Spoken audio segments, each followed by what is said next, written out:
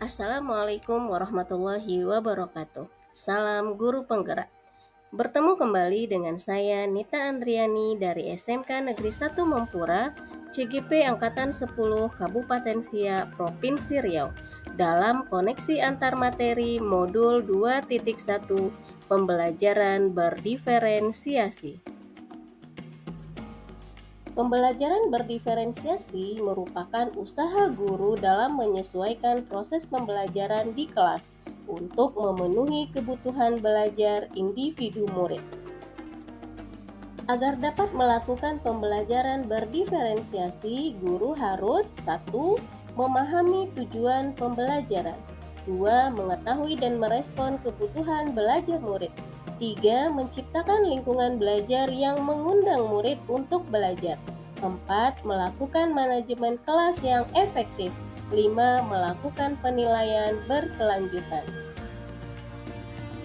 Berkaitan dengan kebutuhan belajar murid, guru harus memahami 3 hal. Pertama, kesiapan belajar murid atau readiness, 2. Minat murid, 3. Profil belajar murid.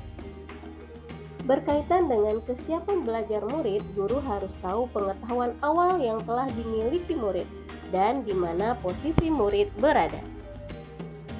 Selanjutnya, minat. Minat merupakan salah satu motivator bagi murid untuk terlibat aktif dalam pembelajaran. Minat setiap murid pastinya berbeda-beda. Minat merupakan suatu keadaan mental yang menghasilkan respon terarah kepada suatu situasi atau objek tertentu yang menyenangkan dan memberikan kepuasan diri. Adapun profil belajar murid dipengaruhi oleh lingkungan, budaya, gaya belajar, dan kecerdasan majemuk. Adapun kebutuhan belajar murid dapat diidentifikasi dengan cara berikut ini. Pertama, mengamati perilaku murid-murid. Kedua, mengidentifikasi pengetahuan awal. 3. Mereview dan melakukan refleksi terhadap praktek pengajaran. Keempat, berbicara dengan guru murid sebelumnya. 5. Membaca rapor murid di kelas sebelumnya. 6. Menggunakan berbagai penilaian formatif dan diagnostik. Ada 3 macam strategi dalam pembelajaran berdiferensiasi. Pertama, diferensiasi konten. Kedua, diferensiasi proses. Dan yang ketiga, diferensiasi produk. 1. Diferensiasi konten, yaitu berkaitan dengan apa yang kita ajarkan seperti materi, konsep, atau keterampilan yang harus dipelajari berdasarkan kurikulum. Mendiferensiasi konten bisa dilakukan dengan membedakan pengorganisasian atau format penyampaian materi, bukan mengubah atau menurunkan standar kurikulum. 2. Diferensiasi proses, yaitu kegiatan yang memungkinkan murid berlatih dan memahami atau memaknai konten dengan cara membedakan proses yang harus dijalani murid-murid. 3. Diferensiasi produk merupakan bukti yang menunjukkan apa yang murid telah pahami, telah dipelajari dengan cara membedakan bentuk hasil belajar murid, hasil latihan, penerapan, dan pengembangan atas apa yang telah mereka pelajari. Selanjutnya, adakah keterkaitan antara modul 2.1 ini dengan modul-modul sebelumnya?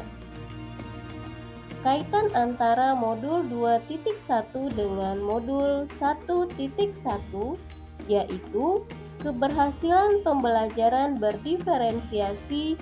Guru harus berusaha memenuhi kebutuhan belajar murid sesuai dengan kodrat alam dan kodrat zaman, sesuai dengan filosofis Ki Hajar Dewantara. Kaitan antara modul 1.2 dengan modul 2.1 yaitu dalam melakukan pembelajaran berdiferensiasi, seorang guru penggerak harus berpihak pada murid, reflektif, mandiri, kolaboratif, dan inovatif. Hal ini untuk menciptakan pembelajaran yang memenuhi kebutuhan belajar murid. Dengan demikian, seorang guru penggerak dapat mewujudkan kepemimpinan murid dengan menuntun murid merdeka belajar. Ini sesuai dengan nilai dan peran guru penggerak. Selanjutnya, kaitan antara modul 2.1 dengan modul 1.3. Pembelajaran berdiferensiasi dapat menjadi salah satu strategi untuk mewujudkan visi guru penggerak yang berpihak kepada murid. Terakhir, kaitan antara modul 2.1 dengan modul 1.4. Dalam pelaksanaan pembelajaran berdiferensiasi, antara guru dan murid harus ada kesepakatan dan keyakinan kelas terlebih dahulu, agar proses pembelajaran dapat berjalan dengan baik sesuai dengan nilai-nilai budaya positif yang ingin dikembangkan.